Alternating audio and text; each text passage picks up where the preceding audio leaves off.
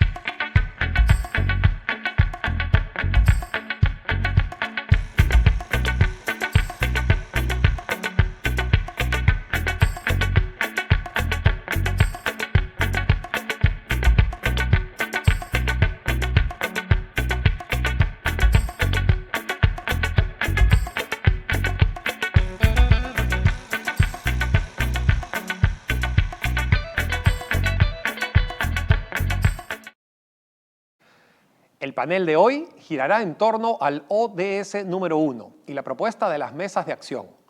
Tengo el agrado de presentar a nuestra moderadora del panel, Yanis Seinfeld. Yanis es PhD y máster en Economía de la Universidad de Harvard, licenciada y bachiller en Economía de la Universidad del Pacífico, autora de varios libros, consultora en diseño de políticas públicas, reconocida investigadora y directora ejecutiva del think tank Videnza Consultores. Este espacio abordará cuál ha sido el impacto del contexto actual en la pobreza de nuestro país y discutirá los siguientes pasos para contribuir a mejorar la calidad de vida y el bienestar de los ciudadanos. Es un placer enorme para mí presentar a Yanis. Vamos contigo. Muchísimas gracias, Miguel, por la presentación. Muchas gracias a todos los que están conectados el día de hoy con nosotros. Permítanme, por favor, presentarles a los 2 destacados economistas que nos acompañan en esta mesa el día de hoy. Tenemos a Carolina Crivelli. Carolina es magíster en Economía Agraria por la Pennsylvania State University. Es economista, además, de la Pontificia Universidad Católica del Perú. Caro es ahora asesora en análisis estratégico de la Oficina Regional de la FAO. Se ha desempeñado como investigadora principal en el Instituto de Estudios Peruanos y ha sido ministra de Desarrollo e Inclusión Social entre los años 2011 y 2013. Bienvenida, Carolina. Álvaro Monge nos acompaña también el día de hoy.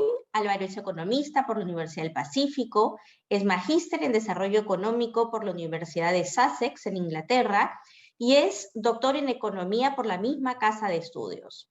Actualmente, Álvaro es socio, director y gerente general de Macroconsult y es un reconocido investigador en temas de economía aplicada y desarrollo económico. Bienvenido, Álvaro. Yo quiero empezar comentando el tema que hoy día nos convoca, que es el fin de la pobreza. Y para hablar de la pobreza, en realidad, tenemos distintas formas de medirlo, ¿no? Por un lado, como Miguel ha compartido con nosotros, está la pobreza monetaria, que nos indica cuando una persona, cuando un hogar no tienen la posibilidad de acceder a comprar una canasta básica de bienes, como pueden ser los alimentos, y de servicios, ¿no? Como pueden ser temas de salud o temas de transporte. Y efectivamente, la pobreza en el año, digamos, si la comparamos con el 2019, en el año 2020, se incrementó en 10 puntos porcentuales, que es muchísimo, ¿no? Nos vuelve, digamos, al nivel que estábamos hace 10 años.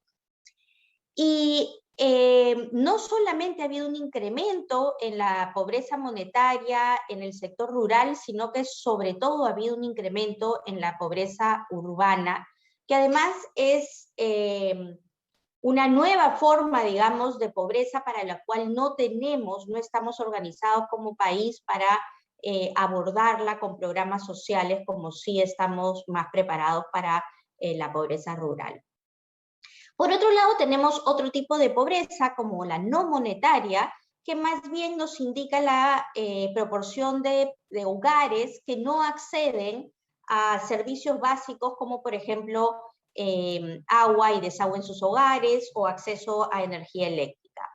Y este tipo de pobreza, en realidad, entre el 2019 y 2020, no se ha movido sustancialmente, ¿no? Más bien se ha mantenido relativamente estable.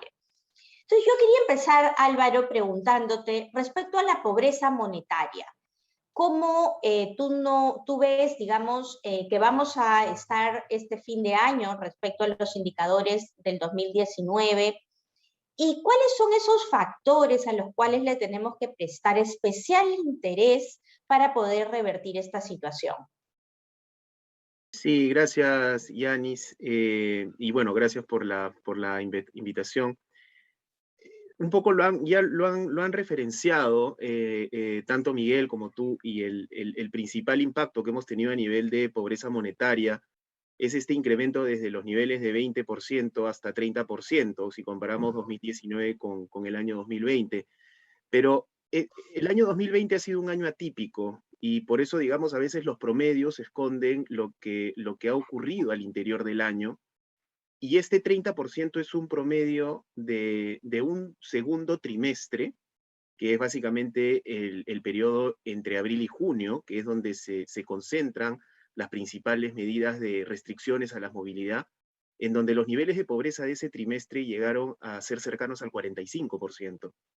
En la medida de que la pobreza, en la medida de que las actividades económicas se fueron reactivando durante el año, hay una caída paulatina de la pobreza hasta niveles del cuarto trimestre que llegan a ser más cercanos al 25%.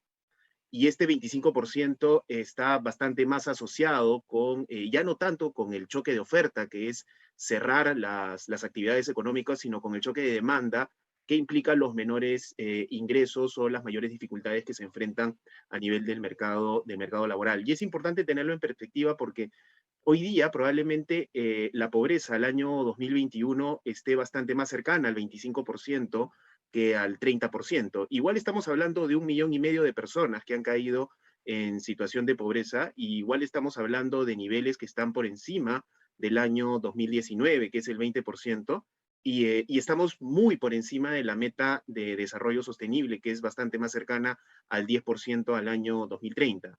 Y también lo que debe reflejar es que tenemos serias dificultades, o por lo menos nosotros observamos serias dificultades para poder reducirla por debajo de ese 25%, porque el propio proceso de recuperación de la economía, y como tú bien lo has mencionado, esta nueva pobreza es fundamentalmente urbana, ha venido vinculado con serias dificultades a nivel del mercado laboral. El mercado laboral se ha estado recuperando lento, pero además cambiando su configuración, moviéndose hacia un tipo de empleo más precario, es decir, más informal, con menores niveles de ingreso, y que eso fundamentalmente está siendo la pieza que genera restricciones a que las tasas de pobreza caigan de manera más acelerada y probablemente nos estemos estacionando al nivel del 25%. Pero también determina un segundo factor que no puede pasar desapercibido, que son los indicadores de vulnerabilidad. También vulnerabilidad económica, en la cual estamos hablando de familias que, si bien no son pobres, tienen un riesgo relativamente alto para caer en la pobreza. Y este es un segundo efecto que ha generado la pandemia y posterior recesión. Y al año 2021, por ejemplo, este nivel de vulnerabilidad podría estar cercano al 33%. Entonces, sumando las partes, básicamente a lo que nos estamos enfrentando este año es a cerca de 6 de cada 10 peruanos podrían estar en situación de pobreza o podrían estar enfrentando una probabilidad relativamente alta de caer en pobreza. Y ese es el contexto que nosotros vamos a tener que enfrentar. Hoy día y como tú bien lo has mencionado, el componente de esa pobreza es fundamentalmente monetario, y es lo que se conoce como pobreza coyuntural, de tal manera de que si la economía logra reactivarse rápidamente, estos niveles de pobreza podrían caer también de manera acelerada. Entonces, un llamado, digamos, inicial y para empezar esta conversación es que no debemos desconocer que la real capacidad que nosotros tengamos para reducir la pobreza va a estar vinculado de alguna u otra manera a la capacidad que tengamos de reactivar rápidamente la economía y en el muy corto plazo, para que los problemas coyunturales no se transformen en problemas crónicos y ahí sí tengamos que se empiecen a abrir brechas importantes. Gracias, Álvaro, por tus comentarios. Es en realidad muy duro pensar que 6 de cada 10 peruanos estamos en situación de pobreza o de vulnerabilidad, ¿no?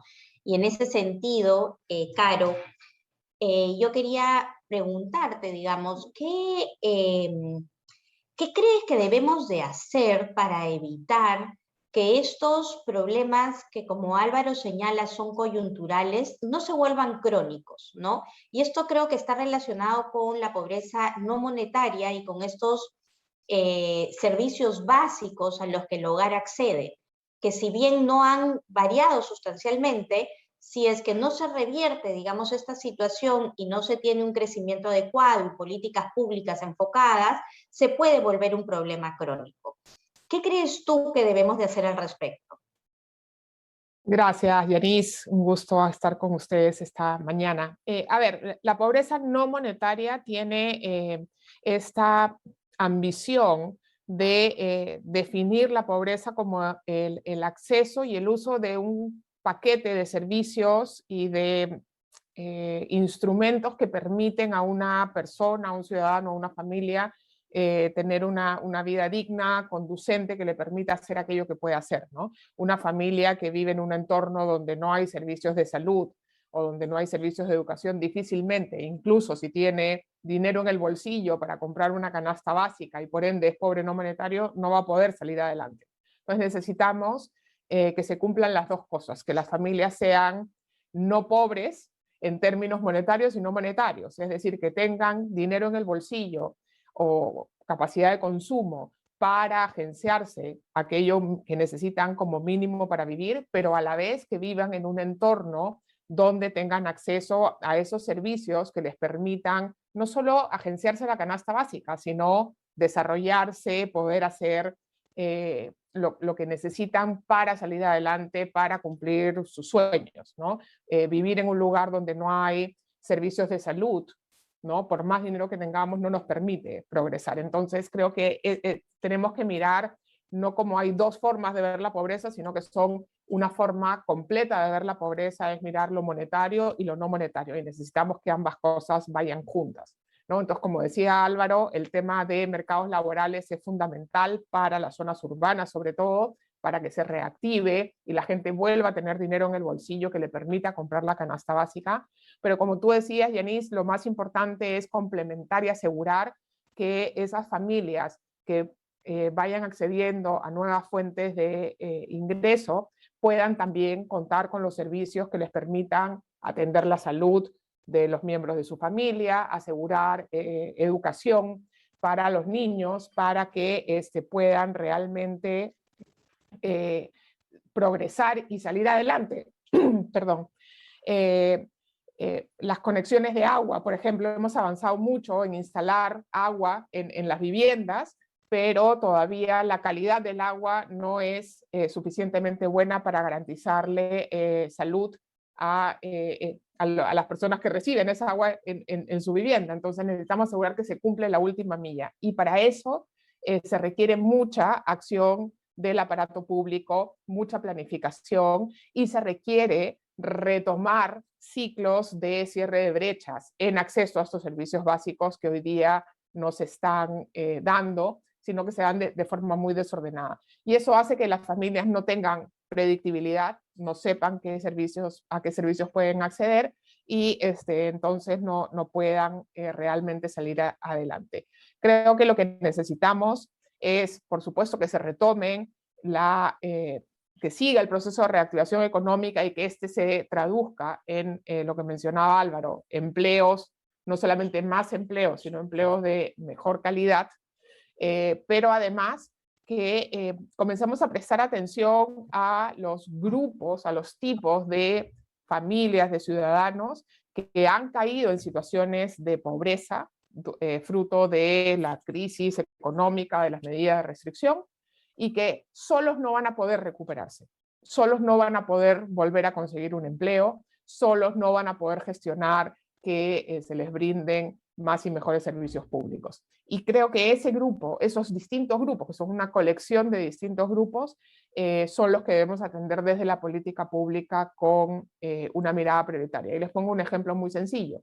Hogares liderados por mujeres con jefatura femenina, monoparentales, ¿no? Que son uno de los grupos que en mayor medida perdió sus fuentes de empleo, o si no las perdió, ha perdido una parte importante de sus ingresos, se han reducido sus ingresos, pero muchas de las cuales han tenido que dejar el empleo porque tienen que quedarse en casa cuidando a sus niños porque no hay escuela, ¿no? Entonces, ese grupo, claramente, incluso si el mercado laboral se reactiva o si solo vuelve a la escuela y salen al mercado laboral, no van a poder recuperar su nivel de vida previo a la pandemia. Ese grupo necesita un apoyo especial y tenemos que poder identificar el conjunto de esos grupos que han caído en estas suertes de trampas de pobreza, ¿no? Están atrapados en una situación que solos, por sí solos, no van a poder recuperar su nivel de vida de la pandemia. En esos grupos deberíamos concentrarnos para paliar y atender la emergencia.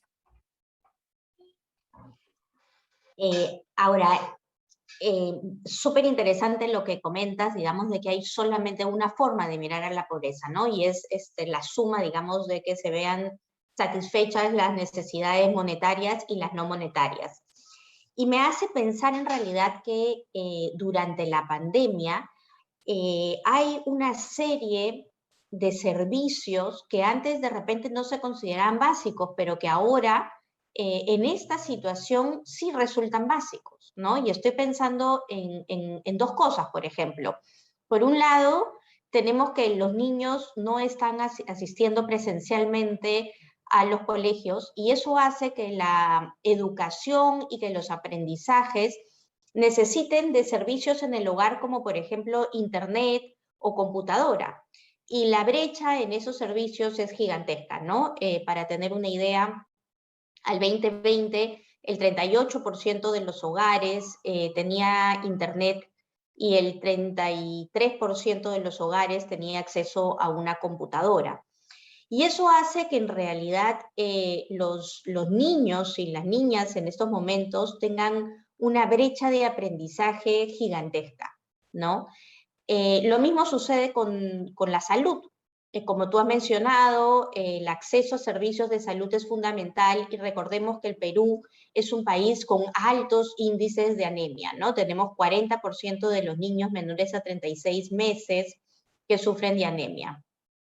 Entonces, en estas circunstancias donde Obviamente, el retorno a la presencialidad, a los colegios, es fundamental y se tiene que hacer con todos los protocolos de seguridad, pero ir retomando las clases. Es también muy importante reconocer que la pandemia va a estar con nosotros mucho tiempo, posiblemente, y que estos aprendizajes van a tener que darse de manera mixta, ¿no es cierto? Presencial y remota o virtual. ¿Qué nos puedes decir, Carolina, respecto al impacto de la pandemia en estos indicadores que, si bien inicialmente no estaban incluidos dentro de lo que considerábamos necesario para no estar en la pobreza, en estos momentos sí se hacen indispensables de tener? ¿Y cómo crees que esto afecta al desarrollo infantil temprano de nuestros niños y niñas? A ver, déjame reaccionar con dos comentarios. Primero, la pobreza no monetaria no tiene un estándar todavía en el Perú, no tenemos una medición oficial, se está trabajando en ella. Otros países ya definieron qué es lo que se considera como esencial para estar en una situación de no pobreza. Y cada vez más vamos viendo que se van agregando servicios que deben estar incluidos para que una persona no sea considerada pobre. Por ejemplo, acceso a Internet, conectividad, acceso a algún dispositivo mínimamente accesible para contenido, un teléfono inteligente, una tablet, una laptop. Pero también hablamos de temas como inclusión financiera. La pandemia nos mostró que la conexión con los sistemas financieros no es un lujo, no es un servicio que le corresponde a las personas que tienen muchos recursos, sino que sobre todo es un servicio esencial para las personas que tienen pocos recursos y tienen que tener instrumentos para poder usarlos bien. Y ese conjunto de productos y servicios públicos y privados se va ampliando en la medida que también las condiciones y las formas en las que nuestra sociedad y nuestra economía funciona van cambiando. Entonces es una medida viva en ese sentido. Segundo, creo que tenemos que ser conscientes de que la pandemia no ha terminado. Las consecuencias de la pandemia nos van a acompañar todavía varios años, incluso cuando estemos todos vacunados. Y creo que tenemos que asegurarnos que tenemos un plan que funciona, un plan de atención a las situaciones de pobreza y vulnerabilidad que va en dos rutas paralelas y complementarias. Una para el próximo año, año y medio, donde todavía vamos a tener mucha situación de emergencia, pero asociado a un plan de más largo plazo, donde comenzamos a retomar acciones que busquen enfrentar situaciones más estructurales. Y ahí el tema, por ejemplo, de desarrollo infantil temprano que tú planteas es fundamental. Necesitamos asegurar que todos nuestros niños y niñas tienen las mayores posibilidades de desarrollar al máximo todas sus capacidades en los primeros 1000 días de vida, ¿no? Entonces, creo que ahí tenemos que retomar lo que habíamos logrado avanzar en temas de desarrollo infantil temprano, con más articulación, con esta relación muy activa entre gobiernos subnacionales, el sector salud, el sector desarrollo e inclusión social, pero también en incorporar esa temática, esa preocupación sobre el desarrollo de los niños en sus primeros meses y años de vida en la discusión de las familias, de las comunidades, ¿no? de la sociedad civil. Y creo que ahí todavía hay que hacer adaptaciones porque no vamos a volver exactamente a lo que teníamos antes de la pandemia, con visitas domiciliarias, con provisión de determinados insumos, sino quizá a un nuevo paquete de desarrollo infantil temprano que tenemos que implementar, probar, evaluar, y luego de evaluado poder realmente escalarlo y adoptarlo como una actividad permanente con o sin crisis del COVID, con o sin situación de pobreza, porque todos los niños y niñas peruanos deberían poder desarrollar al máximo su potencial, en particular en esos primeros 1000 días.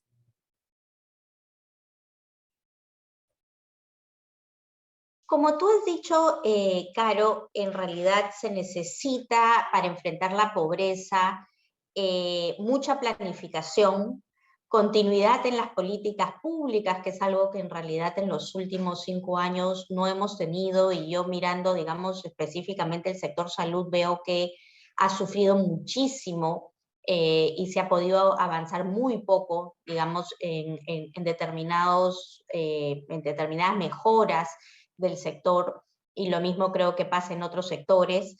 Se necesita también la atención a grupos específicos para ver realmente las condiciones, ¿no?, que los están afectando y cómo hacerle frente a esto.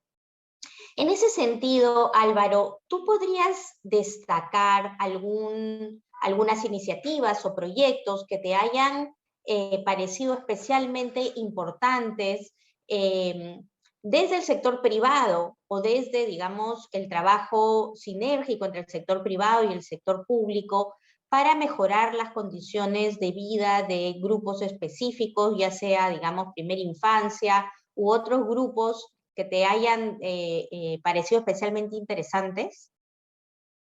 Sí, yo creo que hay bastante espacio de participación del sector privado, pero las experiencias que en general han tenido una mayor relevancia son las que el sector privado pone lo que mejor sabe hacer, que es fundamentalmente innovar y pensar fuera de la caja, en el sentido de que las políticas públicas en el Perú enfrentan un conjunto de brechas, y este conjunto de brechas muchas veces tienen que ser enfrentadas de manera muy creativa o de manera muy articulada.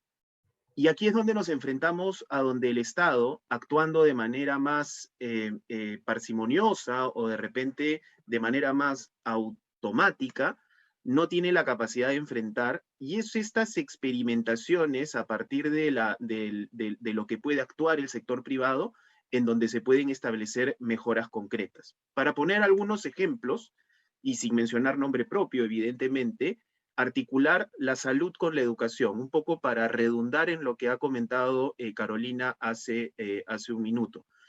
Por ejemplo, uno reconoce que uno de los principales determinantes que tienen los niveles educativos, sobre todo cuando los niños están en las etapas iniciales de desarrollo, está vinculado con la capacidad de haber asegurado un nivel de nutrición mínimo. Si uno logra asegurar un nivel de nutrición mínimo dentro de estos primeros 3 años de vida que tienen los niños, probablemente están comprando un seguro que les permite mejorar sus rendimientos educativos al inicio de la etapa escolar. Esta relación casi tautológica para muchos de nosotros implica la necesidad de llevar adelante políticas articuladas que, si lo vemos desde una perspectiva del Estado, tenemos a dos instituciones enormes como el Ministerio de Salud y el Ministerio de Educación, por no mencionar al MIDIS y a otras instituciones que también van a estar involucradas en el proceso. Esta capacidad de articular la política nacional va a ser mucho menor de la capacidad en la cual se podría articular a nivel local, pero a nivel local hay serias dificultades para poder promover el trabajo articulado. Ahí hay un espacio de participación del sector privado en el cual se pueden promover ciertas acciones de articulación alineando a los diferentes actores para poder mostrar cuál es el impacto diferencial en el cual se puede llevar adelante la política pública a nivel a lo largo del ciclo de vida de los niños. Obviamente este tipo de intervenciones implican también la necesidad de que el propio sector privado reconozca que quizás no tienen tanta visibilidad. La construcción de un puente, la construcción de una carretera, la construcción de una represa, de repente tiene una visibilidad mucho mayor. Pero sí me atrevo a decir que este tipo de intervenciones tienden a ser mucho más costo efectivas en los términos que tú lo has puesto, Yanis, que son en los términos de productividad y competitividad. Porque sí creo que en el largo plazo el principal determinante de la productividad del país va a estar vinculado con la formación de capital humano, y esa formación de capital humano es donde nuestras brechas y el tamaño de las brechas que tenemos, sobre todo en las zonas más vulnerables, tiende a ser crítico. Y solamente quería terminar mi reflexión para podernos poner un poco en la coyuntura sobre los riesgos que estamos enfrentando. Y uno de los principales riesgos ha sido ya destacado por Carolina, en el sentido que el proceso de empobrecimiento que tenemos hoy día podría ser un empobrecimiento crónico si es que la economía no se reactiva, y adicionalmente si es que dejamos desatendidos aquellos grupos poblacionales en donde el crecimiento va a ser insuficiente. Y probablemente en estos grupos poblacionales la probabilidad de enfrentar inseguridad alimentaria va a terminar siendo muy alto. Y es a partir de ese mecanismo en donde, si bien hoy día la desnutrición y la anemia no se han incrementado de manera importante, estas continúan a nivel de 12% y 40%, en el mediano plazo sí se podrían incrementar, con lo cual ya no solamente vamos a estar hablando de la necesidad de desarrollar políticas preventivas, sino vamos a tener que agregar al set de políticas públicas un conjunto de programas recuperativos. Y estos programas recuperativos en general requieren una mayor cantidad de presupuesto. Entonces se podría configurar un combo que hay que romper rápidamente para que no tengamos la urgencia de enfrentar este problema en el corto plazo. Y ahí también hay un conjunto de iniciativas adicionales en las cuales el sector privado podría colaborar, por ejemplo, a través de programas de asistencia, y en este caso programas de asistencia alimentaria. Efectivamente, el tema de seguridad alimentaria es fundamental y en ese sentido, digamos, nosotros tenemos algunos programas que están enfocados por ejemplo, el programa Jaliwarma, ¿no es cierto? Está enfocado al tema de seguridad alimentaria, pero no tanto desde una perspectiva de disminuir el hambre, sino sobre todo de fomentar que los niños tengan la capacidad de aprender, ¿no es cierto? Entonces se les daba desayunos y almuerzos en el colegio para que puedan estar atentos y puedan aprender. Pero en el tema específico del hambre, Caro, yo creo que ahí tú tienes mucho que decirnos, y yo te he escuchado en distintas conferencias la preocupación de la situación del hambre en estos momentos en nuestro país. Cuéntanos un poquito cuál es tu preocupación y cómo crees que se puede hacer para revertir esta situación que realmente encoge el corazón, ¿no? Sin duda, Yanis, yo creo que una de las consecuencias más dramáticas que nos ha dejado la pandemia y que nos viene dejando es el incremento del hambre, ¿no? El hambre no era un problema ya para el Perú. La proporción de peruanos y peruanas que estaban en situación de hambre, es decir, que el día anterior no habían comido ninguna comida, era bastante bajo ya en el Perú, y eso era un éxito importante alcanzado en nuestro país. Las mediciones que tenemos con encuestas del PMA de enero de este año revelan que entre 3 y 4 millones de peruanos el día anterior a la encuesta no habían comido nada. Y que hay un 14% de adultos adicionales que han reducido la cantidad de alimentos que están comiendo o han saltado alguna comida. Eso es dramático, porque además es una cosa que se invisibiliza con demasiada facilidad, ¿no? Y lo vemos bastante claro cuando vemos la emergencia de estas centenares de ollas comunes en las ciudades como respuesta de la sociedad para enfrentar el tema del hambre, pero que no logra tener una solución institucional, ¿no? Gracias a que existen los mecanismos de compra de Jaliwarma, Jaliwarma ha estado ayudando en la entrega de alimentos. Hubieron un par de esfuerzos de entrega de canastas de víveres, hay los bonos que buscan entregarle recursos a las familias para que puedan agenciarse alimentos, pero desgraciadamente son programas insuficientes y muy spot, ¿no? Que no resuelven la necesidad de tener acceso asegurado a alimentos, y ya ni qué decir a alimentos nutritivos y de calidad, porque la consecuencia del incremento en el hambre es también un empeoramiento en la calidad de la dieta. Y lo que sabemos es que las dietas saludables son bastante complejas de obtener para las personas con menores recursos económicos, sea porque los productos saludables son más caros, sea porque exigen tener mejores condiciones y posibilidades de almacenamiento para productos frescos, refrigeración, por ejemplo, pero también porque en las zonas donde viven las personas de menores ingresos, la presencia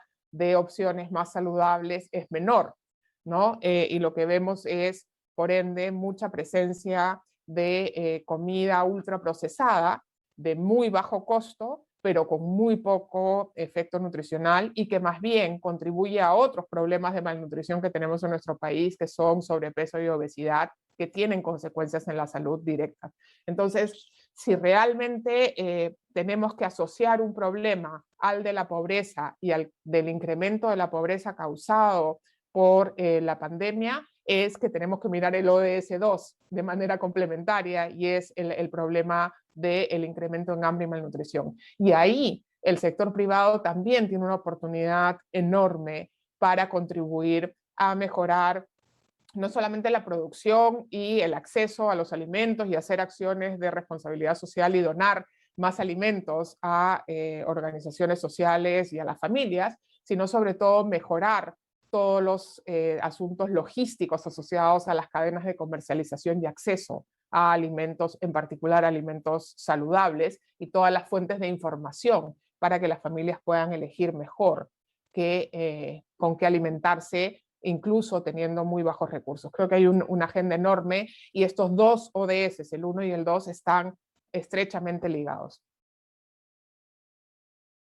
Caro, tú fuiste la primera ministra de Desarrollo e Inclusión Social, un ministerio además creado, digamos, que tú estrenaste realmente, y que si vemos, digamos, cada uno de los programas que se fueron desplegando tenían objetivos y fueron planificados para atender, digamos, problemáticas específicas, pero que si lo vemos en conjunto, en realidad responden justamente a una estrategia de lucha contra la pobreza, ¿no? Y de fin de la pobreza. Digamos, 10 años después, ¿no? Haciendo un análisis y una evaluación de los programas que se crearon en tu gestión y que después han continuado y en realidad representan gran parte de lo que tenemos ahora como programas de lucha contra la pobreza. ¿Qué sinergias tú crees que deberían de haber tanto desde distintos sectores, ¿no es cierto?, públicos? Hemos hablado de la necesidad de articular MIDIS con educación y con salud, pero también con el sector privado, que justamente tiene esa mayor capacidad de innovar para apoyar el buen funcionamiento, las mejoras y el desarrollo de estos programas. A ver, Denise, 10 años de un ministerio en realidad no son muchos, ¿no? Para la edad que tienen nuestros ministerios. En el caso del MIDIS, yo creo que lo que se puede mostrar en estos 10 años es, primero, un proceso de expansión y de consolidación de este paquete de programas sociales del núcleo duro, digamos, el programa Juntos, Pensión 65, Jaliwarma, Jacubuñay, por decir algunos, como un paquete mínimo de programas que lo que aseguran es que las familias que más lo necesitan cuenten con este apoyo del Estado para poder ejercer sus derechos básicos, para que sus niños puedan llegar a la escuela, puedan llegar a la posta a tiempo, para que sus condiciones de vida mejoren. Y eso está muy bien. Creo, sin embargo, que en 10 años sigamos hablando de los mismos programas que se quedaron en marcha en el 2013, cuando yo me fui del ministerio, revela que tenemos un problema, ¿no? Ha habido, dentro de todo, poca innovación en estos programas, y eso puede ser porque los programas siguen cumpliendo un rol importante, porque tienen impacto positivo y está bien que se sigan haciendo, y eso no es problema que se sigan haciendo, pero creo que hay mucho espacio para hacer mejor y hacer más, ¿no? Y creo que los programas tienen ahí un desafío.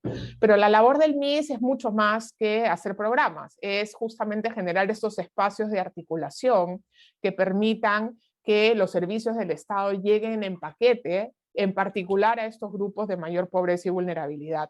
Y ahí creo que sí hemos perdido bastante tracción y todavía hay un espacio de acción importante para el MIDIS. El MIDIS requiere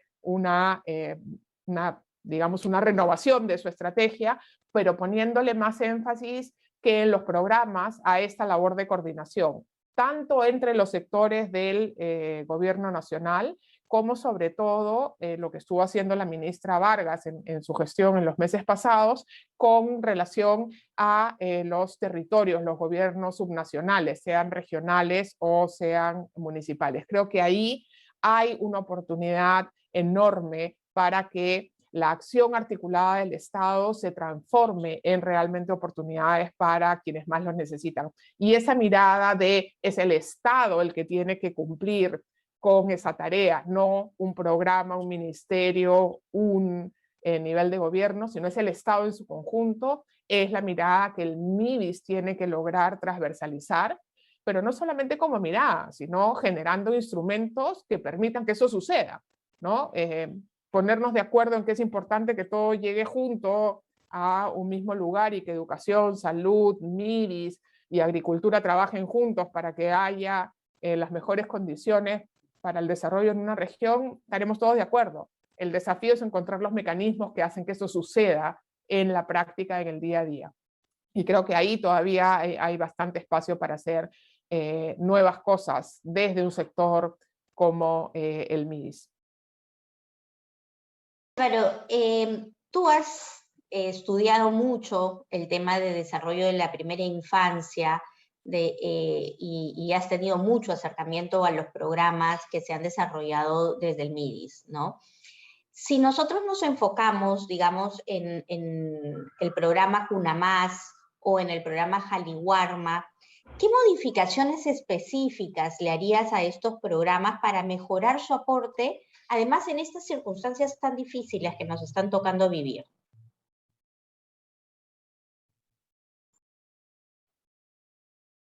Perdón. Sí, yo me enfocaría en el programa Cuna Más. Cuando hablamos de desarrollo infantil temprano, el programa Cuna Más está mucho más vinculado a este objetivo que el propio programa Jaliwarma. Y cuando uno analiza el programa Cuna Más previo a la pandemia, uno típicamente identificaba que es un programa que, como bien había mencionado Carolina, tiene resultados positivos. Las evaluaciones de impacto, sobre todo en lo que está vinculado a asistencia a familias, por ejemplo, a través de las visitas domiciliarias, los resultados son muy positivos, es decir, logran cumplir este objetivo de cambio de comportamiento en las familias, lograr adherencias mínimas, mejora de los cuidados de los niños, pero su principal problema es que actuaban en un espacio muy pequeño, ¿no? La cantidad de familias a las que lograba cubrir era muy pequeño como para que los resultados logren visibilizarse a nivel nacional, por ejemplo. Entonces siempre estábamos en la discusión de cómo poder hacer para que programas como Cuna Más logren escalarse a nivel nacional. Y ahí hay una dificultad importante porque el propio modelo operativo de un programa Cuna Más implica que para lograr el cambio de comportamiento necesitas que el programa social esté muy cerca de la familia a través de las visitas y a través de las personas que desarrollan estas visitas. Entonces, es una gran cantidad, es un costo bastante grande en términos de personal y sobre todo costos logísticos para las zonas más remotas. Claro, en el medio vino la pandemia, en donde ya no solamente la preocupación venía por la capacidad de escalar el programa, sino que dadas las condiciones de restricción, de distanciamiento social, entonces impactan el núcleo propio del programa, que es la capacidad que tenía este programa para poder acercarse al beneficiario. Ahora ya no podías acercarte al beneficiario. Entonces se empiezan a implementar algunas innovaciones para poder desarrollar trabajos semipresenciales o tratar de llegar a las poblaciones a través de mecanismos remotos. Pero ahí arranca otra dificultad, que es básicamente lo que comentábamos al inicio de la escasa cobertura de medios de comunicación, sobre todo en aquellas zonas más remotas. Entonces, es un programa muy prometedor, pero que tiene muy serias restricciones para que pueda escalarse. tanto previo a la pandemia como las condiciones adicionales que ha colocado la pandemia misma. Este contexto, en mi forma particular de ver, es un riesgo importante, pero también es una oportunidad, porque el programa Cunamás no puede dejar de operar, y creo que lo que tenemos que hacer es imaginarnos la manera en la cual debe operar en estas circunstancias. Y creo que es un espacio de experimentación en el cual deberíamos tener el concurso del sector privado, el concurso del sector público, el concurso de la academia, para poder saber cómo hacer para darle cierta continuidad. Definitivamente vamos a tener que ir a alguna especie de solución semipresencial, obligados por la pandemia. Y también vamos a reconocer de que esa semipresencialidad lo que va a generar es que los impactos medios del programa tiendan a reducirse. La pregunta que yo me haría, desde el punto de vista de la academia, es que si es que esa reducción en los impactos medios son tales que nos permiten tolerar esta estrategia semipresencial como aquella estrategia que siempre estuvimos buscando para poder escalar el programa. De repente las pérdidas no son lo suficientemente grandes como para poder establecer a través de esa semipresencialidad la manera en la cual deberíamos llegar a estas zonas remotas y adicionalmente asegurar la infraestructura de comunicaciones suficientes para poder llevar al escalamiento de este programa. Entonces, si lo aprovechamos como oportunidad, como una oportunidad para experimentar, creo que podemos sacar algunas lecciones importantes del contexto tan difícil que hemos vivido. Yo personalmente creo que cualquiera sea la estrategia de desarrollo infantil temprano que desarrollemos, una pieza importante, si no central, va a ser el programa Cunamás para poder promover estos cambios de comportamiento. Tenemos unos minutos más y yo quisiera abordar algunas preguntas del público que nos está escuchando y voy a aprovechar a tomar una para cada uno de ustedes. Álvaro, nos preguntan si es que realmente se ven oportunidades de integrar esfuerzos con el sector privado para poder acercar los programas a zonas urbanas. Y nos dicen si es que, por ejemplo, se podría habilitar trabajo a las madres de familias monoparentales que comentaba Caro en zonas urbanas. ¿Qué piensas tú?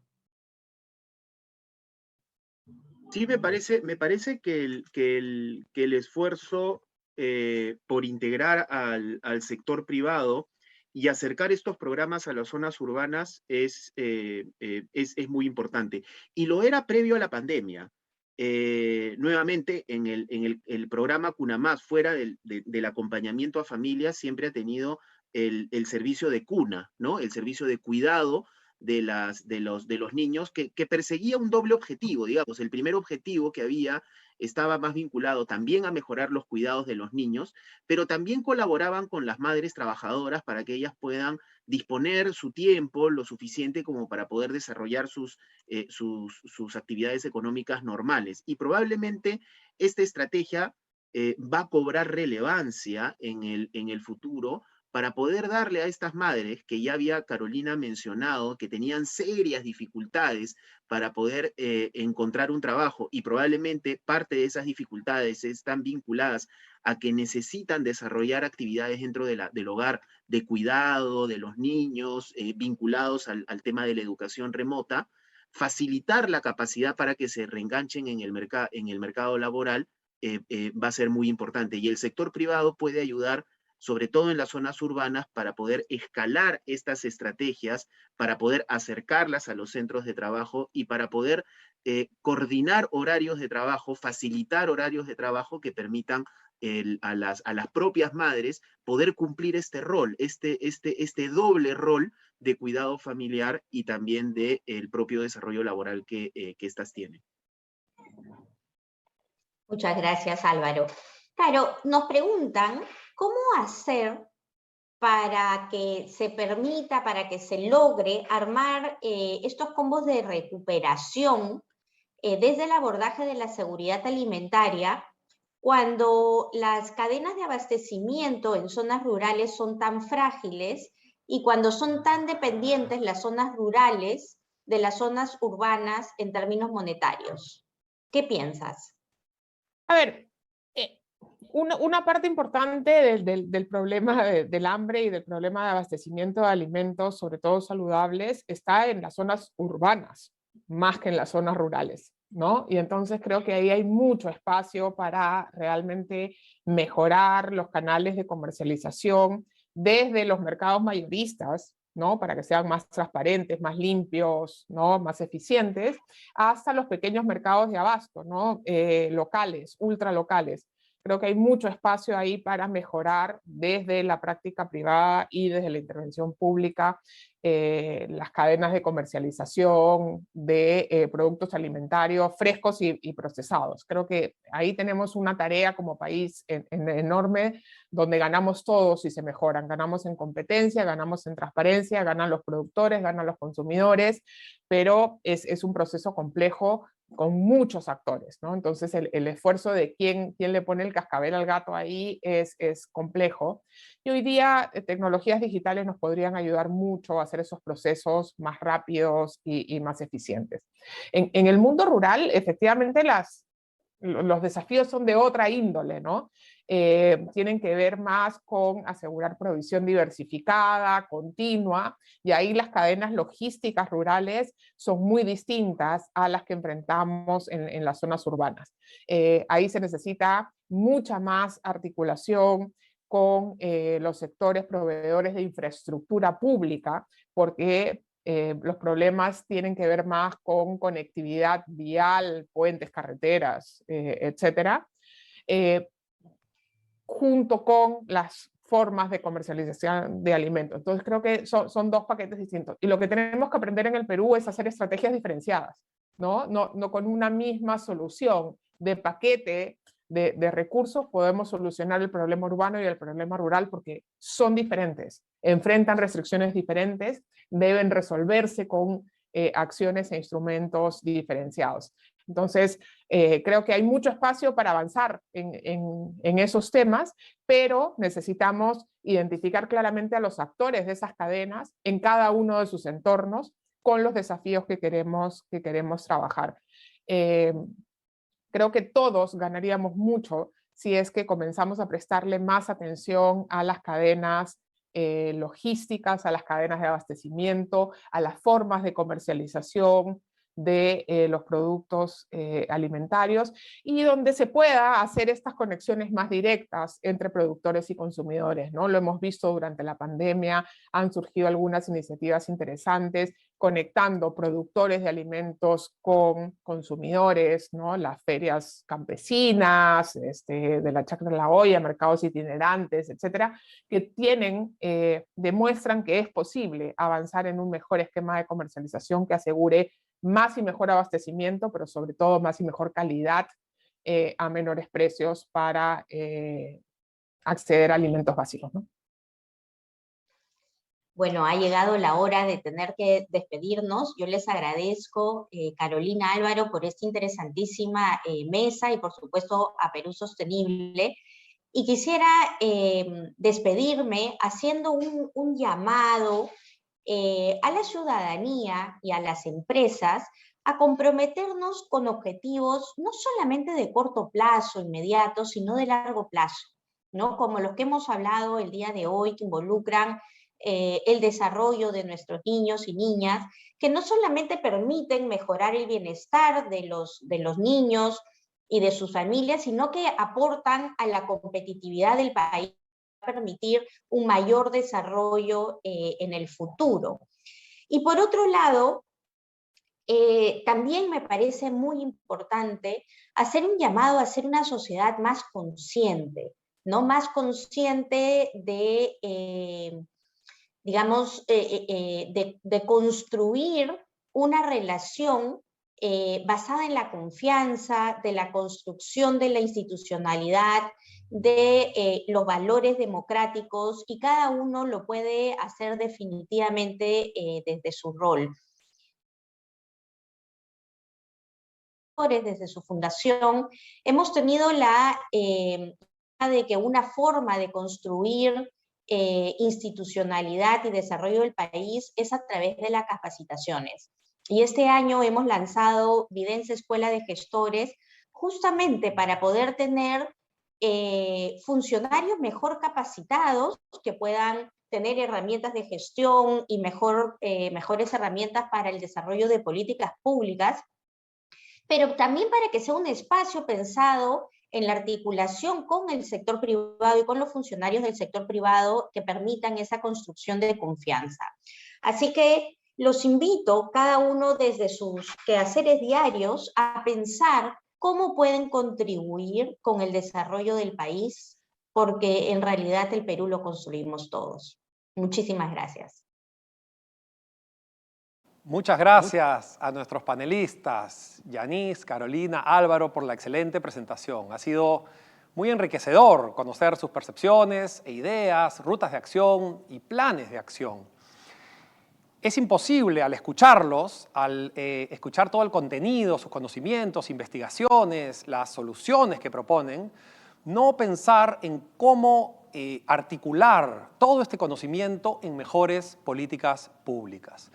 Y para eso voy a recordar lo que esta mañana nos decía Max Hernández. Nos invitaba a todos a escucharnos más y que esa escucha sea una escucha activa. Es por eso que yo me voy a sumar a la invitación de Yanis, pero le voy a agregar otra invitación que es a la de formar la mesa de trabajo para el ODS 1, fin de la pobreza. Ahí, dentro de Perú Sostenible, tenemos las mesas de acción que atacan cada uno de los retos que tiene el país y participan normalmente 5 sectores: sector privado, sector público, la academia, la sociedad civil y las Naciones Unidas. Esta mesa de acción, liderada por Carolina Trivelli, pues es el espacio correcto para escucharnos, para que cada uno de los investigadores, así como los diseñadores de políticas públicas, algo tan necesario pues hoy día y ante esta crisis, pues se pueda resolver, nos podamos escuchar y podamos diseñar un mejor país. Muchas gracias nuevamente, Carolina, Álvaro y Yanis, por la excelente presentación y por la invitación a construir un mejor país. Cerramos entonces el panel y les recordamos pues visitar nuestra zona de aliados y la zona de Expo en la plataforma, donde podrán conocer a las empresas e iniciativas que apuestan por el desarrollo sostenible de nuestro país. En la siguiente sesión tendremos un bloque enfocado en los retos del sector educativo, presentado por Movistar. Nos vemos en unos minutos.